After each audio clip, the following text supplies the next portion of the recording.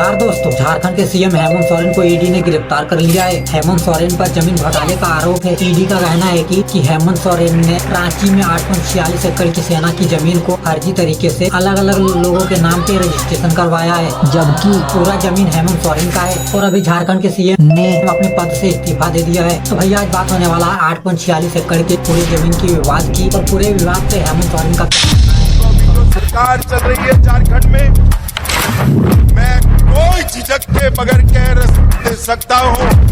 हेमंत बाबू कान खोल कर सुन लो, मैं कोई झिझक के बगैर कह सकता हूँ ये सरकार भारत में सबसे भ्रष्ट सरकार अगर कहीं पर है तो झारखंड।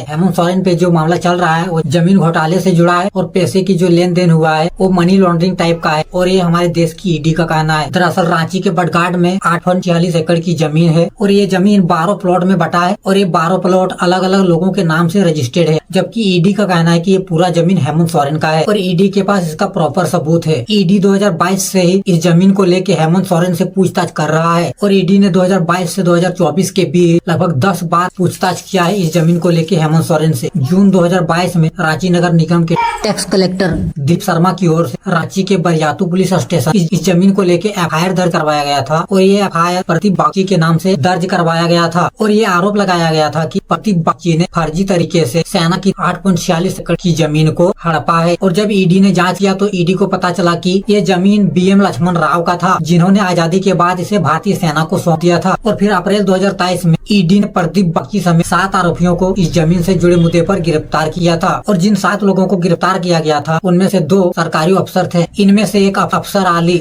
और दूसरा भानु प्रताप सरकारी कर्मचारी थे। अफसर आली सरकारी अस्पताल में ग्रेड 3 के कर्मचारी थे, और Bhanu Pratap revenue sub inspector थे। और बाकी के 5 लोग लैंड माफिया से जुड़े थे और फर्जी दस्तावेज के जरिए जमीन की बिक्री में शामिल थे। ईडी को जांच के दौरान पता चला कि सेना की जमीन का असली मालिक प्रदीप बागची को दिखाने के लिए जमीन माफिया, बिचौलिया और सरकारी कर्मचारियों ने मिलकर फर्जी डॉक्यूमेंट तैयार करवाए थे, और 1932 के खातियान को इसमें यूज में लिया था। और इसमें लिखा था कि प्रफुल्ल बागची ने ये जमीन सरकार से खरीदा था। और फिर 90 साल बाद यानी कि 2021 में प्रफुल्ल बागची के बेटे प्रदीप बागची ने ये जमीन कोलकाता के एक जगत बंधु टी एस्टेट लिमिटेड को बेच दिया है। और फिर ईडी ने 2022 में जगत बंधु टी एस्टेट लिमिटेड के डायरेक्टर दिलीप घोष से पूछताछ किया तो पता चला कि ये जमीन असल में अमित अग्रवाल नाम के एक शख्स को मिला है, और अमित अग्रवाल हेमंत सोरेन का करीबी बताया जाता है। और इसी मैटर पर दिलीप घोष और अमित अग्रवाल को जून 2022 में ईडी ने गिरफ्तार किया था। फिर 20 अप्रैल 2023 को भानु प्रताप प्रसाद से ईडी ने पूछताछ किया तो पता चला कि उस समय भानु प्रताप ने ईडी से लिखित रूप में जवाब दिया था कि उसे डीएवी बरियातू स्कूल के पीछे की जमीन को वहाँ के इलाके की पटवारी के साथ नापने और उस पर पूरा रिपोर्ट तैयार करने के लिए कहा गया था। और साथ में उसने ये बताया कि ये जमीन बॉस का है। और फिर ईडी ने पूछा कि ये बॉस कौन है, तो उस समय भानु प्रताप ने बताया कि बातचीत के दौरान इलाके के अधिकारी मनोज कुमार के ग्रुप में बॉस शब्द का यूज सीएम के लिए यूज किया जाता है। और फिर 21 अप्रैल 2023 को ईडी ने इसी मामले में मनोज कुमार से पूछताछ किया तो पता चला कि ये जमीन झारखंड के सीएम हेमंत सोरेन का है, जो अनलीगल तरीके से कब्जा करके रखा है। और फिर अगस्त 2022 से अभी 2024 तक में ईडी ने इस मामले में हेमंत सोरेन से 10 बार पूछताछ किया है इस जमीन को लेके, लेकिन हेमंत सोरेन ये मानने को तैयार है ही नहीं कि ये जमीन मेरा है। और गिरफ्तारी से पहले हेमंत सोरेन ने एक वीडियो भी सोशल मीडिया में शेयर किया है, जिसमें वो बता रहे हैं कि मेरे ऊपर लगाया गया आरोप झूठा है और ये बीजेपी हमें फंसाने की कोशिश कर रहा है। जाने के बाद सुनियोजित ढंग से